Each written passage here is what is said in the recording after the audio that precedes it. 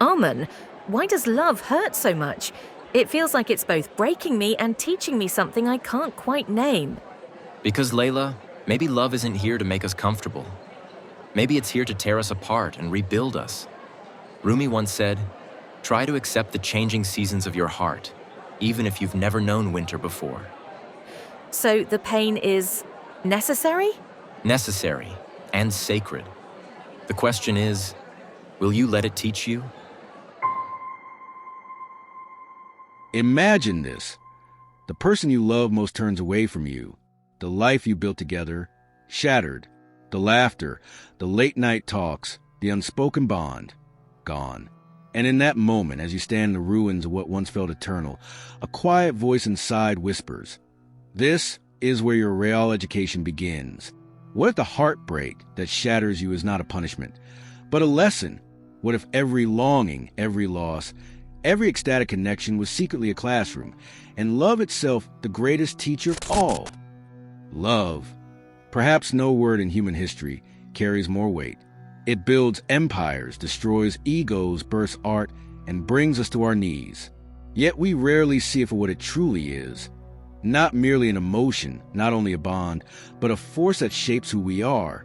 In this video, we'll explore Rumi's radical idea that love is not simply something we experience, but something that transforms us. We'll step into the world of Sufi mysticism, psychology, and philosophy to uncover how love teaches us, through beauty and through suffering, lessons no other force can. This isn't a sentimental journey. It's raw. It's human. It's a look into why love hurts, why it heals, and why it changes us more than anything else in existence. Over the next 20 minutes, we'll peel back the layers of love as Rumi saw it, not as a fleeting feeling, but as a spiritual crucible. 1. We'll explore how love exposes us, showing us part of ourselves we've never dared to face. 2. We'll uncover how heartbreak can be a form of awakening, not a sign of failure. 3. And we'll ask the question Rumi implied in his poetry. If love is the greatest teacher, are you ready to be its student? But before we go deeper, let's confront a harsh truth. Love was never meant to leave us unchanged. Love feels like magic, doesn't it? That first spark, when you lock eyes with someone and feel time slow, the rush of connection, the intoxicating belief that perhaps you found home. But beneath the sweetness lies something far more dangerous. Because to truly love is to surrender, to open yourself to being broken, reshaped, and remade. Rumi writes, "Try to accept the changing seasons of your heart, even if you've never known winter before." That's not romantic advice. That's survival. Love isn't here to protect your ego. It's here to destroy it. Not cruelly, but purposefully. It forces you to face your deepest fears of loss, of inadequacy, of impermanence. And yet, it also carries the potential to make you whole. Picture this, a candlelit room, centuries ago, in Konya, where Rumi walked. Outside, the night wind carries the scent of rose gardens and dust. Inside, a man sits cross-legged, writing by oil lamplight. He scratches down words that will echo for centuries. Through love, all pain will turn to medicine. Through love, the dead will become alive. Through love, the king becomes a slave. Pause on that. Through love, pain becomes medicine. Death becomes life. The powerful become humble. Rumi wasn't speaking in metaphors alone. He meant that love dismantles us, our pride, our illusions, our fears, and rebuilds us into something truer. But we resist, don't we? We cling to the illusion that love should only bring joy. That heartbreak means failure. That longing means weakness. But what if none of that is true? What if every moment of heartbreak is an invitation to grow, to awaken, to see yourself anew? In the last section, we asked a bold question. What if love isn't here to comfort us, but to transform us? Now, let's take our first step into that idea by examining how love breaks the shell we live inside, the shell of the self. We all carry a version of ourselves, carefully constructed, polished for the world. A mask. It tells us who we are. I'm strong. I'm independent. I don't need anyone. Or perhaps the opposite. I'm fragile. I can't face the world alone. But then love comes along. And suddenly, this identity we crafted begins to crack. Centuries ago, Rumi was not yet the poet of divine longing we know today. He was a respected scholar, a man of books, law, and reason. His life was ordered, dignified, controlled. Then came Shams Tabriz, a wandering dervish who spoke of God, love, and the annihilation of the ego. Their meeting was not gentle. It was explosive. Rumi was pulled from his world of certainty into a fire of passion and spiritual yearning.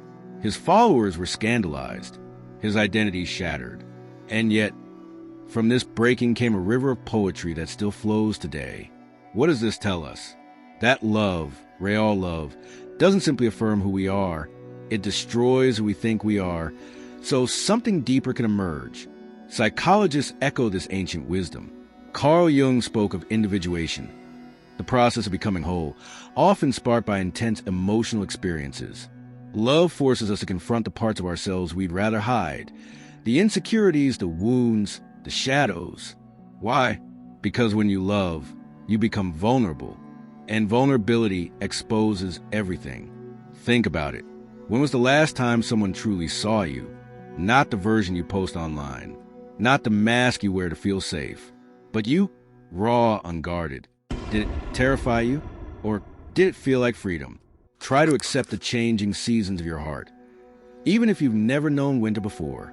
The winter he speaks of is this breaking, the sudden collapse of everything you believe about yourself. Love forces this because only through cracking the shell can the seed grow. Imagine an old clay pot, beautiful but rigid, brittle. Inside, a tiny flame burns your soul, but the pot is sealed, no air reaching the fire. Slowly, the flame dims. Then, one day, a crack appears. It hurts. It feels like the pot is breaking apart. But through that opening, air rushes in and the fire roars back to life. That's what love does. It breaks the pot to feed the flame. In our world, we chase love for pleasure, validation, or escape. Yet deep down, the relationships that change us most are the ones that shake us, the ones that strip us of certainty and reveal our most human, most divine nature. It's why heartbreak feels like dying, because, in a way, it is. The version of you that existed before no longer fits. So, lesson 1, love breaks the shell to self, not to hurt you, but to reveal the soul inside. And yet, breaking is only the beginning, because once love has shattered who you were, the real question emerges. What will you become? In the last section, we saw how love cracks the shell of who we think we are. But breaking is only the start. What happens when that crack becomes collapse? When the relationship or the dream shatters entirely? This is where heartbreak steps in, not as an ending, but as an initiation. What if your deepest heartbreak was a mistake? What if it was the single most important event of your life? Picture this. A young woman named Leaf sits alone in her apartment, surrounded by remnants of a relationship that no longer exists. Photographs, gifts, notes passed in happier times. For weeks, she can barely breathe without feeling the ache in her chest. She asks herself over and over, why did this happen? What did I do wrong? But slowly, almost imperceptibly, something begins to change. The pain does not vanish, but it starts to speak. It whispers, this is not the end of you.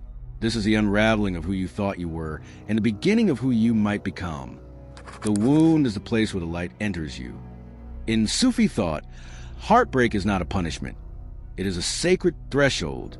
It is the soul's way of breaking through the walls we built. The grief we feel isn't just loss.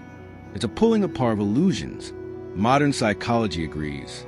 Studies on post-traumatic growth suggest that people often undergo profound transformation after loss, gaining greater appreciation for life, deeper empathy, and clearer values. Heartbreak can shatter false beliefs. 1, that happiness depends on another person. 2, that love means possession. 3, that our worth is measured by whether someone stays. What replaces these beliefs is something more enduring.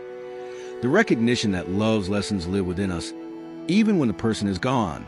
But here's the paradox. To receive these lessons, you have to be willing to feel everything, without rushing to escape the pain. Imagine standing in a darkened hallway. Every door locked but one. Behind it lies a strange light, unfamiliar yet compelling. You want to walk through, but the door frame is sharp, jagged with broken glass. To pass through, you must be cut. There is no way to step into that light unscathed. That is heartbreak, a painful threshold, but one that leads somewhere new. If you dare to walk through, Nietzsche once wrote, you must have chaos within you to give birth to a dancing star. Rumi would agree, but he would add, that chaos is love's doing. The suffering you feel is not meaningless. It is a dismantling of false identities, false securities, and false stories about what love owes us. In their place, something truer emerges, a self less afraid, more awake, and paradoxically more capable of loving again. Most people think of heartbreak as an ending, yet ask anyone who has endured it and truly healed, and they'll tell you they're not the same person anymore. They see differently. They value differently. They love differently. Why? Because heartbreak stripped away everything that was shallow, leaving only what was real. So lesson 2 is this. Heartbreak is not the failure of love. It is its final test, the fire that turns pain into wisdom. But now comes a deeper question. Once you've been broken, how do you open again? How do you love, not in fear of loss, but in reverence for the lesson? In section 2, we saw how love cracks the shell of who we think we are. In section 3, we learned that heartbreak is not a cruel punishment, but an initiation, a threshold of transformation. But now comes the deepest question. What lies on the other side of pain? What happens when we stop resisting the lessons love brings and start listening to them? Try to accept the changing seasons of your heart, even if you've never known winter before. For beneath the cold, the roots of your soul are growing. To him, suffering is not the end. It is a soil from which awakening blooms. Let us return to a leaf, the young woman from before, the one who sat among memories of a lost love. Weeks passed. The pain lingered, but something else began to stir. She started journaling, pouring her grief onto paper. She found herself walking by the sea, watching waves crash and dissolve, realizing everything passes and yet life continues. One morning, she noticed the sunlight differently. Not brighter, just more alive, as though the world itself had shifted.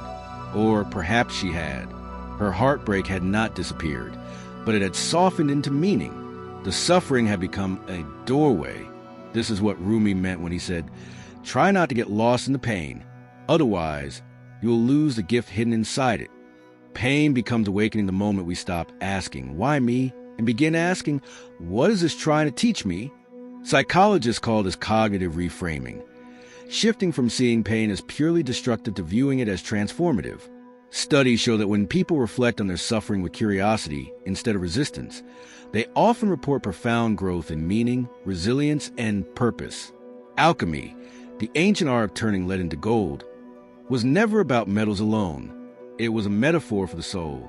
Rumi believed love was a true alchemist, the force that could turn the lead of suffering into the gold of wisdom, but only if we surrender to its process. And yet, surrender terrifies us, doesn't it?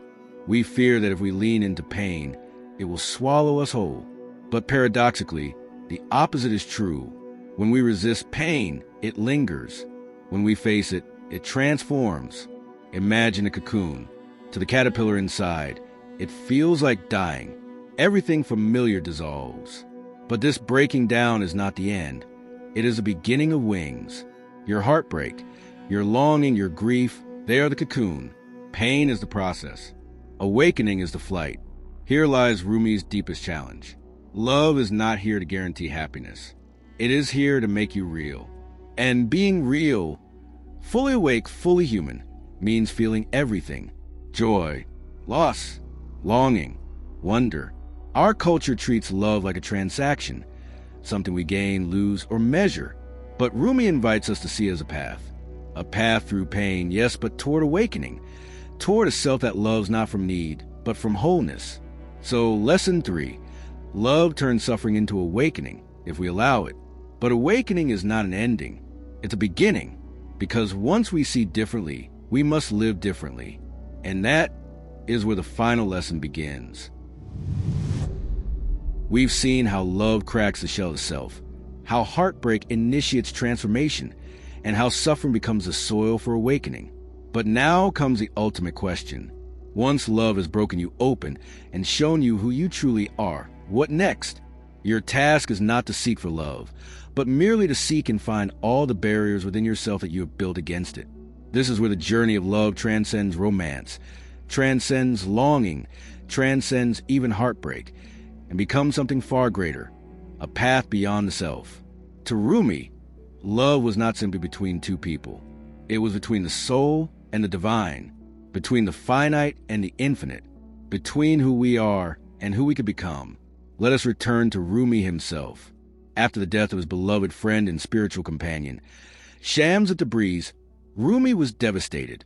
He searched for him endlessly, even believing he might have been murdered. But eventually, Rumi stopped looking outside. He began to turn inward, realizing that Shams had not left him. Shams had become him. In his poetry, he writes, "I looked for God.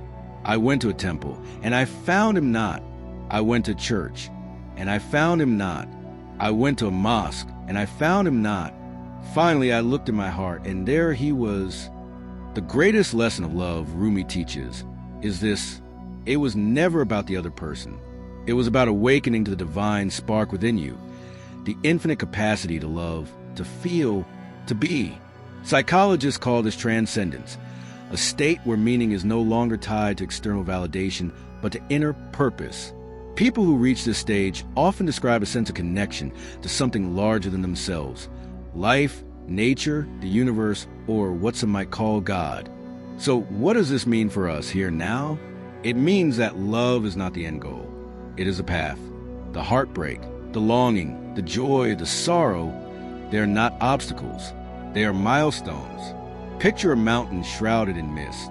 At the base, lovers walk hand in hand, believing the summit is happiness. Halfway up, storms arrive, heartbreak, loss, longing. Many turn back. But those who climb higher find something else. A view that reveals everything. The valleys of joy, the cliffs of pain, all part of the same sacred landscape. That is what Rumi offers. Not a promise of comfort, but a vision of wholeness. In our world, where love is often packaged as entertainment. Swipe right, fall fast, move on. This perspective is radical.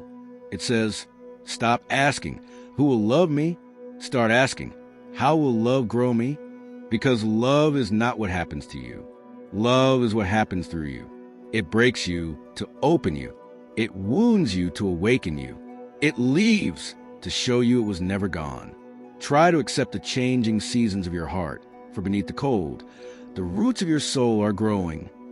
Perhaps love's greatest lesson is this: that everything we fear, loss, longing, heartbreak, is not the enemy. It is the curriculum. So I leave you with a question, not to answer now, but to carry with you. What has love been trying to teach you all along? If this journey spoke to you, if you felt something stir, consider sharing it with someone who might need these words tonight. And if you wish to keep walking this path of insight, reflection, and transformation, join us for the next chapter. But for now, close your eyes, feel your own heartbeat, and remember, the greatest teacher is already speaking.